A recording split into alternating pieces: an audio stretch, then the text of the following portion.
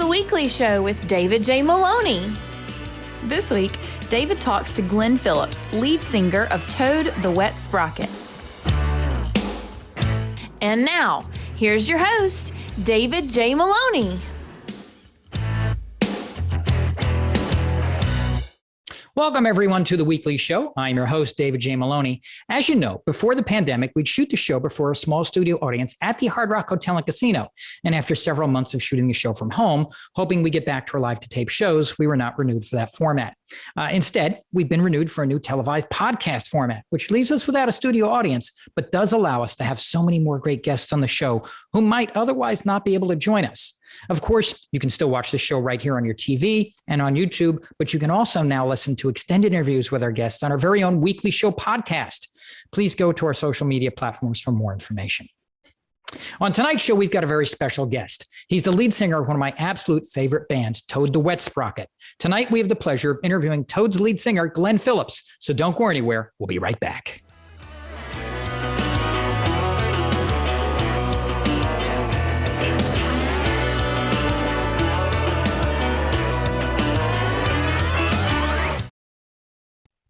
Our featured guest tonight was a contributor to what many consider to be the sound of the 90s. His band, Toad the Wet Sprocket, was discovered while he was still in high school, and they went on to make multiple platinum and gold records with hits like All I Want, Fall Down, Walk on the Ocean, and Good Intentions from the Friends soundtrack. All the while, shirking the normal trappings of fame and whilst keeping their own character and integrity. Here to chat about his work, the band Toad the Wet Sprocket, their current tour, and as much wisdom as we can glean from him is Toad's lead singer, Glen Phillips. Glen, welcome to the show. How do you do? Happy to be here. I know music was part of your life from some of the earliest stages. Was music a big part of your home life growing up? Not a huge one. My mom is singularly non-musical, and my father was kind of, he could do a really bad version of Malagueño. He had an old Goya like Spanish guitar, but then, you know, dun dun dun dun dun dun dun dun dun dun dun dun dun. That's all he could do. So they were both hard sciences. He was physics and she was organic chem, and so I think my brother and I skipped a generation, and we're both music nerds. So, when did you first pick up a guitar? Sixth grade, I think. I took lessons. I was always more interested in writing than playing, so I didn't apply myself as a guitarist very hard. And also I'm left-handed and started playing right-handed, so the plumbing wasn't there for me to be very good. So I concentrated on writing pretty early. When did you first start writing? Probably like seventh grade. Do you still have like your first song written somewhere and periodically look back and go, oh, wow? I wish I could find it. I was more of a theater nerd back then. I was really oriented towards theater pretty much up until Toad got signed. And so I had written, I think my first song was like I'd been listening to a lot of Rush. So I was into things like Hemispheres, and I met a girl I went to Interlochen Arts Camp in Michigan. And so I wrote this like 8-minute epic about Janet from Syracuse that I can't remember any of, but I'm sure it's an embarrassing patchwork. So I was going to ask you what genres and artists you were listening to at that time, but it's interesting because Rush was one of yours. Rush was likewise one of mine, and we may talk about that a little bit later on. Now you started with Toad, I want to say at 15, and then like 2 years later had a record deal. When you look back at that time in your life, what kind of stands out to you the most? 3 years. I mean, we started when I was 14 or 15, I started playing with Todd. I was a freshman at San Marcos High, and we were in Oklahoma and our town together. So we were all in theater and choir. Dean, our bass player, sang "The Farmer and the Cowman Should Be Friends." So like theater nerds. And so, I mean, we started then and got signed when I was 18. So, and I got out of high school at 16 and was going to the city college in town. You know, it was a strange experience. Like, it was our first band. We made an album thinking it would, you know, just kind of come out in town. We had a cassette we were selling at the local record stores, and we, you know, we were not super ambitious. I was planning on going away to San Francisco State and studying. I had decided I wanted to be a high school teacher and do like arts and social sciences at a high school level, because that seemed to me to be suitable for my sensitive soul, because I knew that hustling was not going to be something I had the spine for. And later experience would prove it right. I mean, you were talking about us being outside the mainstream, and I think a large part of the reason for that was, you know, kind of an extreme case of imposter syndrome. And so we were, you know, I always felt like people were going to figure out that I wasn't who they thought I was and send me packing. But I also knew that going in. So, yeah, it was strange, but I didn't really know anything else. I mean, when that happens, when you're 18 and, you know, we hadn't even sent out demos. There was this guy, Nick Terzo, who ended up being an A&R guy at Columbia, but he was working at ASCAP, and he found our original tape, and he started dubbing off cassette copies and sending them to record companies. So we didn't think we were ready for a record deal, and he started sending tapes off, and we'd never even met him. And then the next thing we knew, we were meeting with all these labels. And so it was a pretty unexpected whirlwind. So it wasn't like you guys were, I was looking back, I'm going, how could they be prepared at all at you know, basically as essentially just out of high school for what would be to come? For our viewers who are unfamiliar with the origin of the band's name, Toad the Wet Sprocket comes from a Monty Python skit. Can you tell us the story behind that? And I'm also curious, were there any other names in contention that you guys could have been? I mean, we didn't have any good names, and we wanted a really cool name, but we had a gig, and it was Dean, the bass player. You know, and it's a deep cut for Monty Python, right? It's rock notes from the Contractual Obligation album, so it wasn't even on the TV shows. And it was Rex Stardust, lead electric triangle for Toad the Wet Sprocket, had to have an elbow removed following their recent worldwide tour of Finland. Anyway, so it was a series of like terrible band names, like Poached Herring in a White Wine Sauce was one of the band names.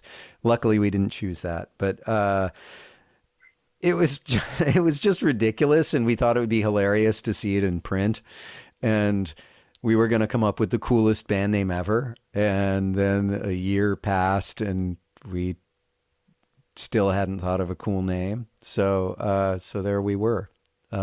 The weirdest part of it all is that there's actually another band called Toad the Wet Sprocket that's like a hard rock blues band from Northern England who apparently got back together during the pandemic. So now we may have to go like Toad the Wet Sprocket UK, Toad the Wet Sprocket US, which is about as ridiculous as a thing has ever happened. I'm pretty sure you've heard the famous quote from Eric Idle on that Monty Python sketch, right? And I'm going to quote for our audience.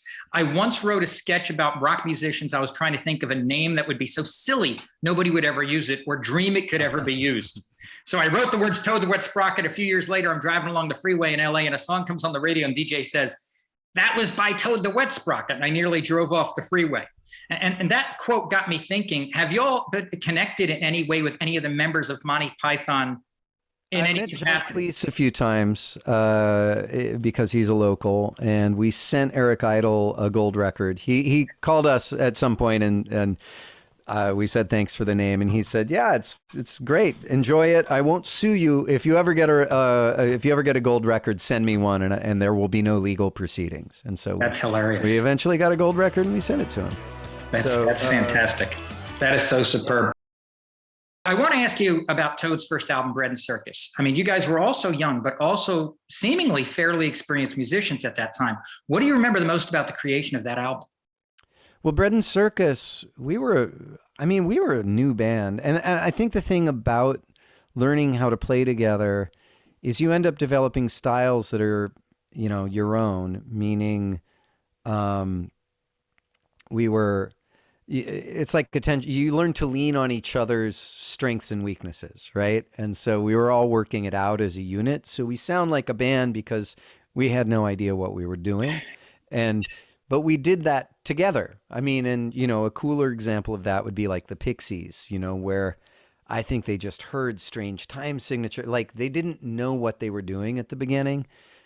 And they really learned. By the time of Bossa Nova, you can tell it's like they're not just like, winging it. And maybe they knew more than I thought they did. But and I think we had a similar thing. So we said we weren't really good, but we were a band. Dean of any of us, the bass player, is the most educated musician. He actually can, sit at a piano and play any. Yeah, he started at piano. He's self-taught bass, correct? Yeah, but he's also a musical family. So it's like, I think for him, really in the blood, the lineage, and grew up with piano lessons. He learned, he learned more properly than any of us. But we've been playing around town. And I think part of the thing with us is where most bands would have to learn a ton of covers. We actually, on occasion, we'd have a show where it was a party or something, and we go like, oh man, we need to learn party songs. We need to learn the songs that people know. Because the main place we played in town is this place called Pat's Grass Shack. And Jerry, who ran the place, basically didn't believe in ASCAP or BMI, like who are the performance rights associations, right? So anytime you play in a club, if you play a cover, yep, they're supposed to be paying money to the licensing organizations that pay for that song. This guy didn't believe in that. And so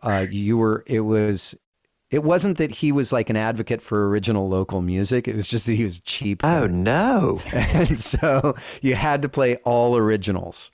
If you started playing Happy Birthday, he would literally like pull the plug on the stage. And so we started playing there. And so we had to have a full set of original material. And then we kept writing because you didn't want to play the same songs every week. And so that place turned us into writers and turned us into an originals band. And so we were writing ferociously. We had to write in a way that most young bands don't. Like most young bands are fitting in their cover songs, and we were all originals. And so he did us a great service by that. And so, I mean, we were writing, and then basically there was a guy in a local band, Brad Knack, and he wanted a backup band for a couple songs, and he'd heard us playing, and he's like, hey, if you record 2 songs of mine, then you can record 2 of yours. And we're like, great. So we did 2 songs of his, we recorded 2 of our own, and we just did them live in the studio. And we were like, that's easy. Hey, if we do 8 more, it's a record. And so we did 8 more. So our first album was like, I think it was 48 hours to record and mix, and it was $600. And so Bread and Circus was just, wow. It was like super quick, super easy. We just recorded it live. I think the only overdubs were like a saxophone and harmony vocals, and everything else was just played live. So coming off the back of that record that you guys self-funded for the $600, is it true the band was then offered like $1 million back then by MGM to sign for them? And if so, how did you then kids muster the discipline to turn that down? Because back in that day, yeah, that's even more than what that would be now. Well, I think it was MCA. And I forget if it was $1 million or $500,000. It might have been $1 million. I mean, once the bidding wars started, it got there. But we'd recorded 2 records. So right when we got signed, we were finishing up a second record, which cost a whopping $6,000 to do. And we did the same way. We just went in and recorded it live, and live lead vocals, which is why they're so horrifically out of tune. And so, we just, went in and did it live again. And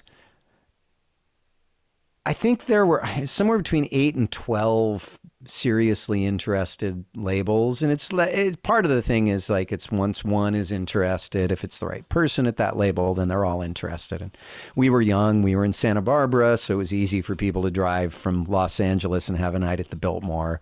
And that was back in the days when they all had their expense accounts and we're happy to use them. So, the Biltmore probably honestly got us a lot, probably is as responsible anything as in us getting a record deal.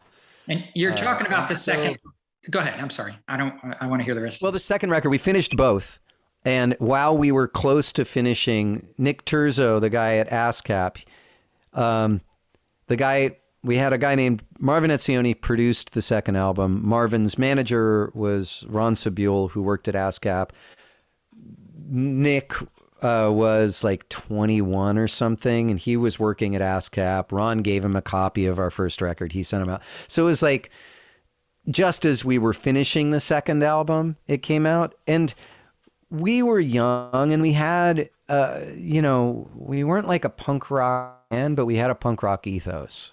And our attitude was that we didn't really need a record company. We didn't want to have hits. I was about to go off to college. Like, we got signed.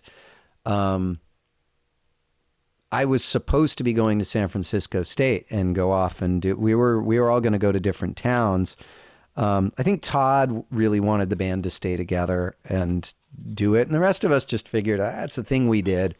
And even getting signed, I think the attitude was like, we'll get signed. We'll be there 2 years. They'll drop us. Everyone gets dropped. And, it's like, but it'll be a fun story. And so, and our manager, Chris Blake, I think was also really protecting us. And there were, Geffen was talking to us, and they were like, great, take the best songs from these first two albums. We'll re-record them at a real studio, make a real record. And we're like, nope, those are real records.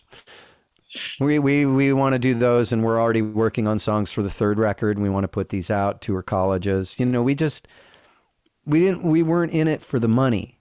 And, part of that is a punk rock ethos, and is also probably coming from Santa Barbara and feeling like, we were going to be okay, right? It's that middle class comfort where you're going to, you'll be able to get a job, get a college education. It's like, it wasn't like, I think there's a fire that happens when you have to make it through music or you have to make it through sports.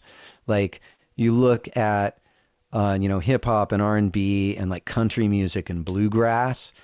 And, if you came from poverty, and you came from nothing, you had to fight and you had to be the best.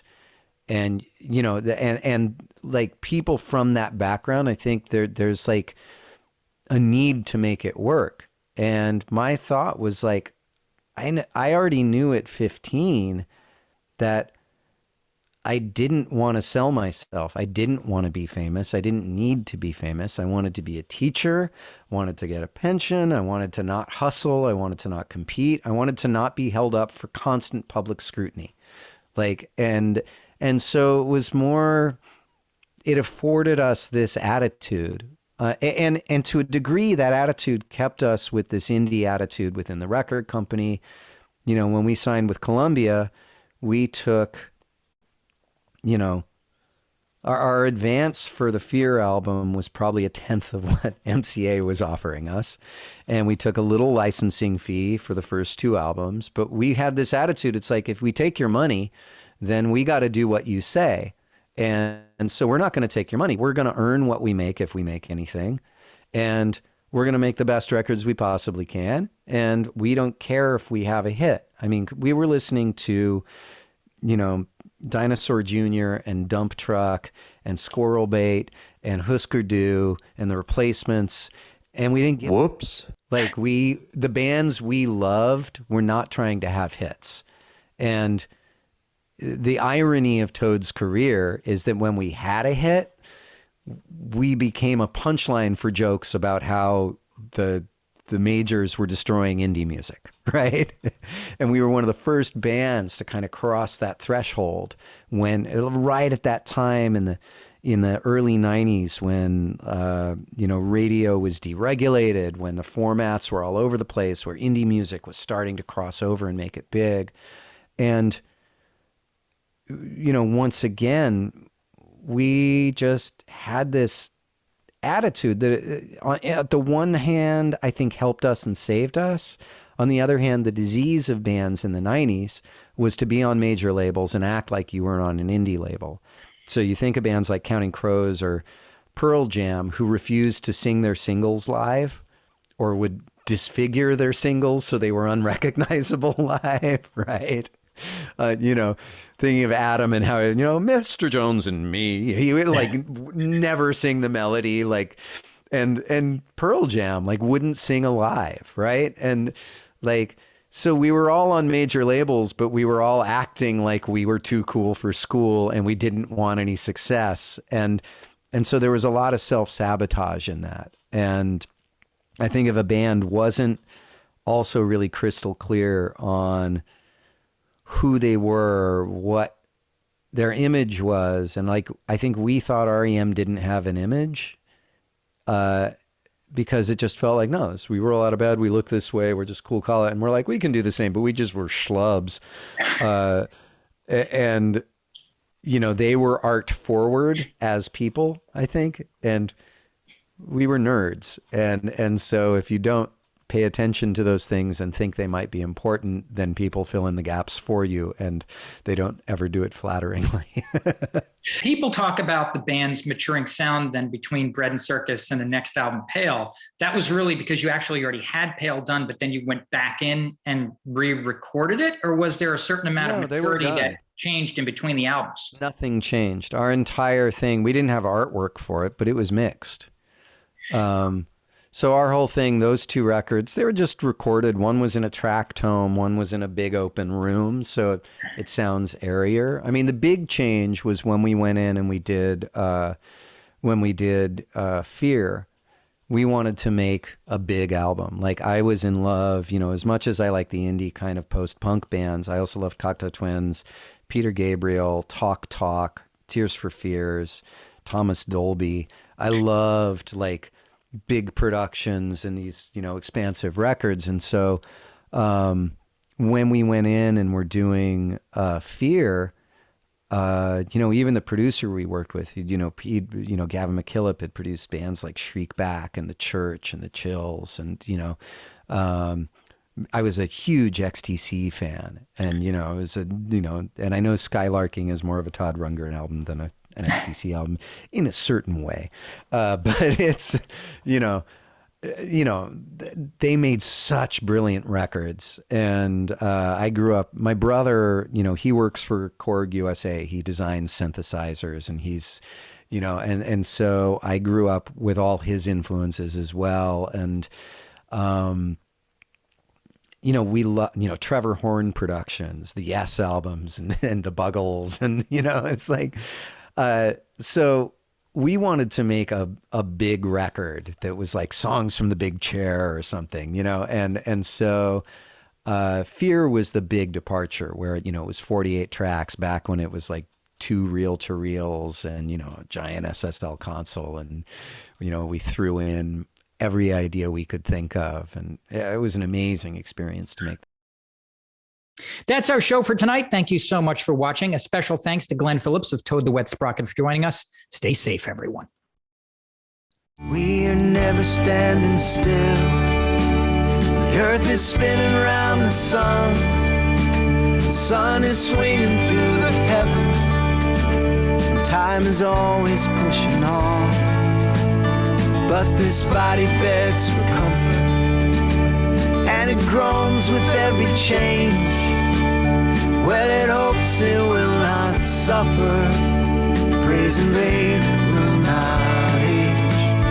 And in dreams I swim with the transient